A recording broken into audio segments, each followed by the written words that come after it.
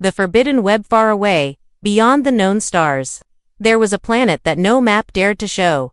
Its name was Xythera, and it was covered in legends older than human memory. Some said it was a graveyard of lost ships, others said it was a living trap. But one story was whispered more than all others. The story of the Last Silk. It was said the Last Silk could heal a dying world, make weapons useless, and even change the fate of an entire race. But it was also said that it belonged to a creature no human should ever meet. They called it the Star Weaver, a spider the size of a moon, spinning its web between worlds. Captain Raiden Holt had heard the story many times in dusty space bars and lonely outposts. He never believed it, until the day the Galactic Council called him in. The meeting room was dark, with only a single light above the council table. The faces of the council members were hidden in shadow. One voice spoke, deep and steady. "Captain Holt, we have detected something unusual." A faint signal had been found, coming from the exact coordinates where Xythera was said to exist.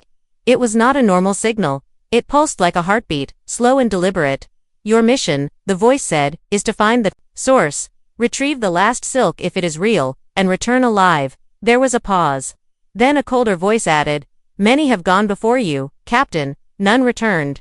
Raiden felt a heavy weight in his chest. He had seen death, war, and strange, alien worlds. But this was different. He agreed to take the mission, but inside he wondered if he had just agreed to his own death. When he stepped out of the council room, the corridor felt longer than usual. It was as if the shadows themselves knew where he was going. That night, alone in his quarters, Raiden stared at the stars from his window. The signal recording played again and again in his ear. Thump. Pause. Thump. Pause. He turned it off, but the sound kept repeating in his mind.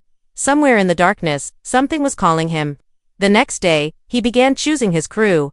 For a mission like this, he could not take many, only the ones who could survive the impossible. First was Dr. Alara Voss, a scientist who had spent her life studying alien creatures. She was smart, calm, and had a hunger for knowledge that sometimes made her reckless. Then there was Jock Soren, a pilot who had once escaped a black hole by flying straight through an asteroid's shadow. He was fast with his hands, and even faster with his words. The last was Mara, a quiet woman with eyes that never showed fear. No one knew where she came from, but rumors said she had been to the edge of the cosmic web before. Raiden didn't trust rumors, but something in Mara's gaze told him she knew more than she would say. The ship they took was small but strong, built for speed and survival. They left the safety of human space and headed into the unknown. Days passed as they crossed empty stretches of darkness. The stars outside grew fewer, as if the galaxy itself did not want them going that way.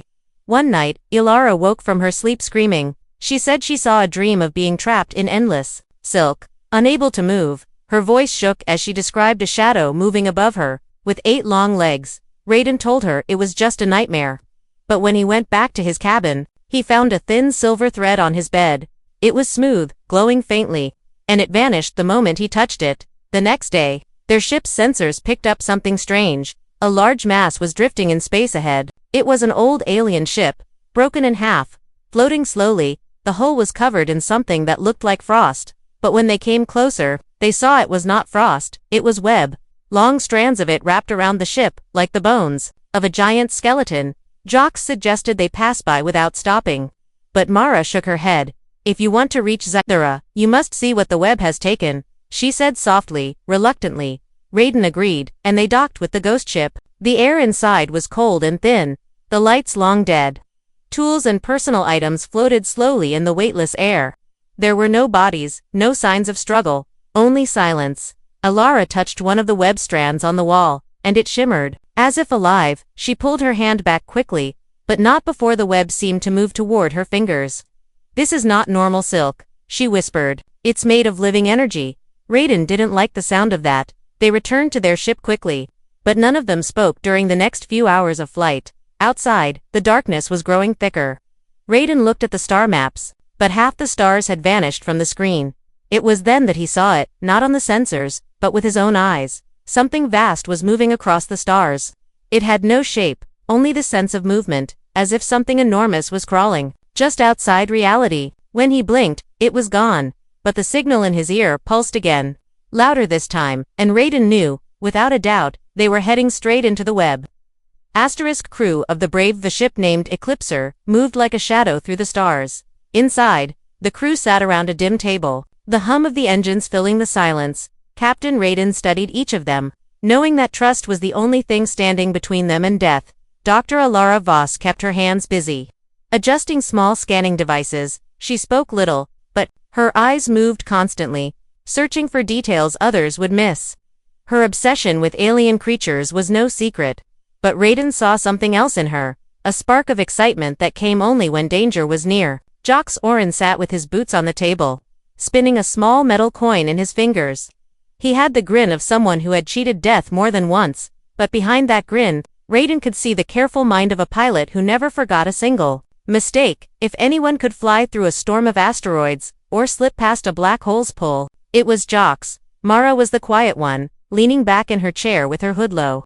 Her voice was like the edge of a blade, smooth, but sharp enough to cut. Raiden knew she had been near the cosmic web before, though she never spoke of it. The only clue was the small, silver pendant she wore, shaped like a spider's web. When Raiden asked about it once, she only said, "It's a warning." The journey toward Xythera was not straight. They had to pass through the shadow belt, a region of space where stars seemed to flicker in and out of existence. It was a place where navigation systems often failed, and ships vanished without a trace. Jacques kept his hands tight on the controls, moving them between shifting asteroids the size of cities. Sometimes, Raiden thought he saw shapes moving inside, the rocks like pale limbs curling and pulling away, but each time he looked again, the shapes were gone. 3 days into the journey, the dreams began. Alara dreamed of standing in a hallway of silk, stretching forever in both directions. Jacques dreamed of falling through endless webs, each one snapping as he fell. Mara said nothing, but Raiden noticed her hand shaking when she held her cup of water. When they compared dreams, they found they all heard the same sound, the slow, steady heartbeat of the signal. One evening, the sensors caught movement ahead. It was not a planet, not a ship, not even an asteroid. It was something stretched across the emptiness, a strand of glowing silver silk as thick as a mountain. It pulsed gently, as if alive. Jacques swore under his breath. Slowing the ship, Alara stared at it with wide eyes, whispering, "It's beautiful." Raiden ordered a scan, but the readings made no sense. The silk was not solid, not gas, not energy, it was something in between. As they moved closer, a flicker of light ran along the strand, like a signal passing through it. Mara stepped forward, her voice calm but cold. "Don't touch it," she said. "Once the web knows you, it never forgets." They passed under the massive strand, the shadow of it falling over the ship. Every light on the control panels dimmed for a moment, and in that instant, Raiden swore he saw something outside, a leg, enormous, jointed, stretching into the darkness. It was gone as quickly as it appeared. The crew said nothing, but all of them felt the same cold weight in their chests. Later, while Raiden reviewed the navigation charts in his quarters, a thin silver thread slid across his desk. It curled into the shape of a spiral before vanishing into the air. He didn't call the others. He didn't want them to know that the web had already found them. The first strand, the ghost ship, hung in the dark like a carcass in deep water. Its broken hull was wrapped in silver threads, shimmering faintly against the black. No beacon, no distress signal, only silence. Raiden stood at the viewing window, feeling the weight of 1,000 unspoken warnings pressing against him. Jacques' voice crackled over the com. "Docking in 2 minutes, Captain." Raiden didn't answer right away, his eyes fixed on the webs. They didn't sway or float like normal threads, they clung to the ship like veins, pulsing slowly, as if something was still alive inside. They docked with a hiss of metal, the airlock groaning as it opened. A thin mist rolled into their corridor, cold and dry. The crew stepped inside, their boots clicking softly on the frozen deck. The walls were covered in fine dust, but here and there, strands of silk glowed like faint moonlight. There were no bodies, no bones, only drifting objects, a cup, a broken helmet, a child's toy floating in the corner. Alara reached for the toy, but pulled her hand back when she saw a tiny thread coiled around it. It tightened slightly, almost like a snake, disturbed from sleep. "Energy reading is strange," Alara whispered, scanning the walls. The device beeped in a slow rhythm, the same rhythm as the mysterious signal. Raiden felt the skin on his neck prickle. The ship itself seemed to breathe, every wall pulsing in slow waves. They moved deeper, passing through narrow corridors. In one, a web stretched across from floor to ceiling. The threads were almost invisible until the ship's dim emergency lights caught them. They shimmered with an oily rainbow glow. Jocks pulled out his laser cutter, slicing a small section. The moment the beam touched the silk, the web lit up, bright veins of light shooting away into the darkness. Far away, somewhere deep in the ship, a sound rose. It was not a voice, not a scream. It was a slow scraping, like claws moving along metal. Alara froze, eyes wide. That's not possible, she breathed. This ship's been dead for decades. Mara stepped forward and touched the glowing thread with one finger. The light spread instantly up her hand, marking her skin with a thin silver line. Raiden grabbed her wrist, pulling her back, but the mark didn't fade. It sat there, faintly glowing, pulsing with the same heartbeat rhythm as the signal. The scraping sound grew louder. Jocks swore under his breath and turned them back, toward the airlock. They moved quickly, but the corridors seemed longer now.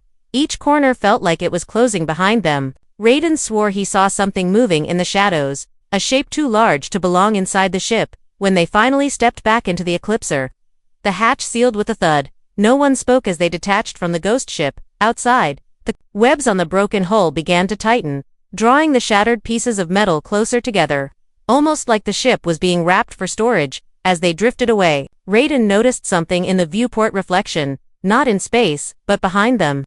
Inside their own ship, a single silver strand hanging from the ceiling, swaying gently without any wind. Xytheris, shadow. The Eclipser moved deeper into the dark zone. The stars outside were fewer now, scattered like faint embers in a dying fire. The navigation map showed nothing ahead, only blank space.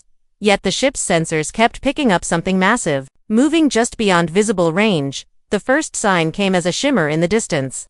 At first, it looked like starlight bending. Then Raiden realized it was not light at all. It was strands. Miles-long threads of silver stretching between points. In space, some as thin as hair, others as thick as mountains. They pulsed softly, like the veins of a sleeping giant. Jock slowed the ship, his hands tight on the controls. "I've flown through asteroid storms, black holes, and fire rain," he muttered. "But this feels wrong." Elara was already scanning, her eyes glued to the flickering numbers. "These threads aren't just here," she said. "They're holding this space together." Raiden frowned, holding it like a net. Alara looked up, her voice low, like a web. The ship passed between two massive strands. For a moment, everything outside dimmed, the stars, the threads, even the glow from their own hull. It was as if something had closed its eyes. Then, slowly, a shadow began to crawl across the emptiness. Not a ship, not a rock, something with movement, too fluid, too alive. 8 immense legs stretched into the void, each step bending the fabric of space like ripples on water. No one spoke. They could feel it, the presence of something ancient and patient. Raiden's instincts screamed at him to turn back. But the mission held him like a chain. The signal in his ear pulsed again, louder, almost eager. The further they went, the stranger space became. Clocks ticked slower, engine hums stretched into long echoes. Jocks reported that a 30-second course correction took 5 minutes on the ship's internal clock. Alara whispered, "We've crossed into the cosmic web's territory." Mara stood near the viewport, her eyes locked on the shifting strands. "It's awake now," she said softly. "It knows we're here." Then the attack came. No warning, a violent impact slammed into the side of the Eclipser. Alarms screamed as the hull groaned under the pressure. Jocks fought the controls, spinning the ship to see what hit them. The sensors showed nothing, yet outside, the silk strands near the hull twisted and coiled as if something unseen was pulling them tighter. Another hit, harder this time, sent them spinning. Loose equipment floated in the cabin as gravity flickered for a second. Raiden barked orders, but his voice was drowned by the sound, a deep slow scraping, like claws dragging across metal. From the outside, then, silence. The ship steadied, but a new warning flashed on the console. An unknown object had attached to the hull. Alara leaned over the screen, her face pale. "It's not metal," she whispered. "It's silk." The Weaver's test. The Eclipser was no longer moving. Something held it in place, wrapped in silver strands that glowed faintly in the black void. No engines, no thrusters, no escape. The crew stood in silence, listening to the slow hum that seemed to come from the silk itself. Then, the lights changed. They were no longer the ship's lights. They were too soft, too pale. The walls around them shimmered and shifted, turning into curved strands, The floor beneath their feet became thin threads, stretching endlessly into the darkness. They were inside the web. Raiden's hand went to his weapon, but when he pulled the trigger, nothing happened. The sound of the heartbeat's signal filled the air, slow and steady. Then the voices began, soft at first. Like distant whispers, they grew louder, speaking in different tones, calling each of them by name. Alara froze, her eyes wide. The voice she heard was her father's, a man who had died years ago. He was telling her to come home. Telling her she didn't belong in space. Her breathing quickened as she stepped toward the sound. Jox clutched the side of his head. His dead brother's voice called out, accusing him of leaving him behind during the war. Jox shouted back that it wasn't true, but the web's threads pulsed in rhythm. With every word, Raiden heard nothing at first, only the slow beat. Then he heard his own voice, but it was not him. It was darker, colder, repeating one sentence over and over. You will stay here forever. Mara stood still, not moving. Raiden turned to her, noticing her eyes were closed. When she opened them, her voice was flat. This is the test, she said. It's deciding who is worthy. Raiden stepped closer. Worthy for what? Her answer came like a blade. To meet the weaver. The silk around them tightened. Ilara's scanner sparked and died. The floor threads began to shift, moving like living snakes under their feet. Jox grabbed Raiden's arm. We have to get out of here. But there was no direction to run.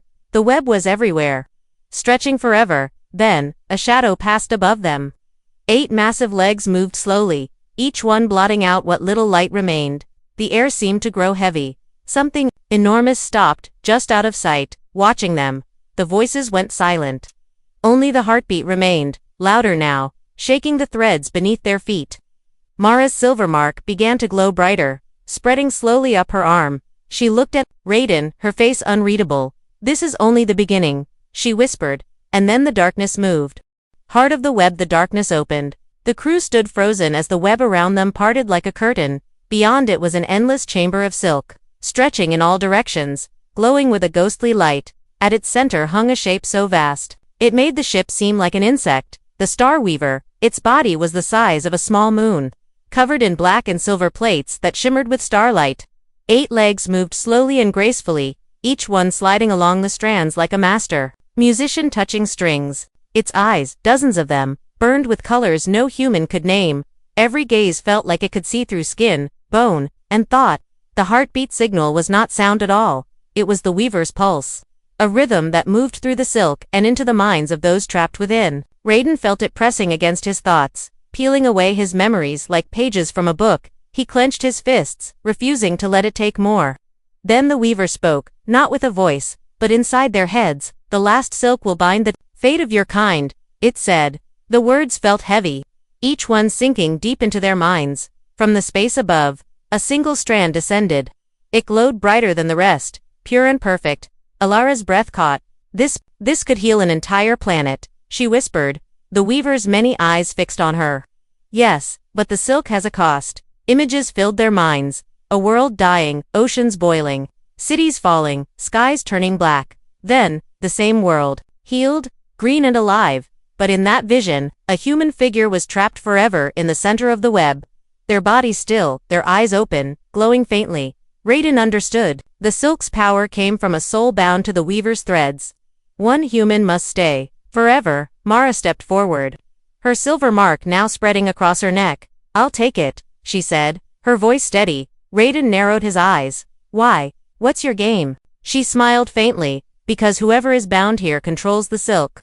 And through it, worlds. The web around them trembled. The weaver waited, patient and unmoving. Jox raised his blaster, but Raiden stopped him with a look. If they fought here, none of them would leave alive. Raiden stepped toward the glowing strand. He could feel the weaver's thoughts pressing into him, searching, measuring. It wanted him to choose. And he knew whatever choice he made, there would be no turning back. The final thread. Raiden stood under the shadow of the Star Weaver. The glowing strand hung before him, swaying gently in the still air. Every instinct told him to run. Every part of him knew he wouldn't. Mara's eyes burned with hunger. She stepped closer, her voice low. This was always my mission, Captain. Raiden shook his head. No, this isn't about you. Her silver mark pulsed like a heartbeat. She reached for the strand, but Raiden's hand shot out, stopping her. He turned to the weaver, his voice steady. If this is the cost, Then take me." The weaver's eyes shifted, studying him with silent judgment. The silk around them moved, wrapping gently around Raiden's arms and chest. Jox shouted his name. Elara tried to pull him back, but the threads slid through her fingers like water. Raiden looked at his crew. "You take the silk. You save our world," he said. Elara's eyes filled with tears. Jox clenched his fists but didn't move. Even Mara stayed silent, the mark on her skin flickering faintly. The weaver lowered its head. Its massive fangs passed close enough for Raiden to feel the cold of their shadow. The silk tightened, lifting him slowly into the air. The glowing strand detached from the chamber above, falling into Elara's hands. It was warm, humming with a strange life. Raiden felt the world fading. The threads covered his face, his vision filling with silver light. He did not scream. The last thing he saw was his crew turning toward the ship. The last thing he felt was the heartbeat of the weaver, merging with his own. The eclipser broke free from the web, racing away into open space. Xythera vanished behind them, swallowed by darkness. In the quiet of her cabin, Elara held the glowing silk. She could still hear Raiden's voice in her mind, faint but clear, "Don't come back." Then, on the wall above her bed, a single silver thread appeared. It swayed gently, even though there was no wind.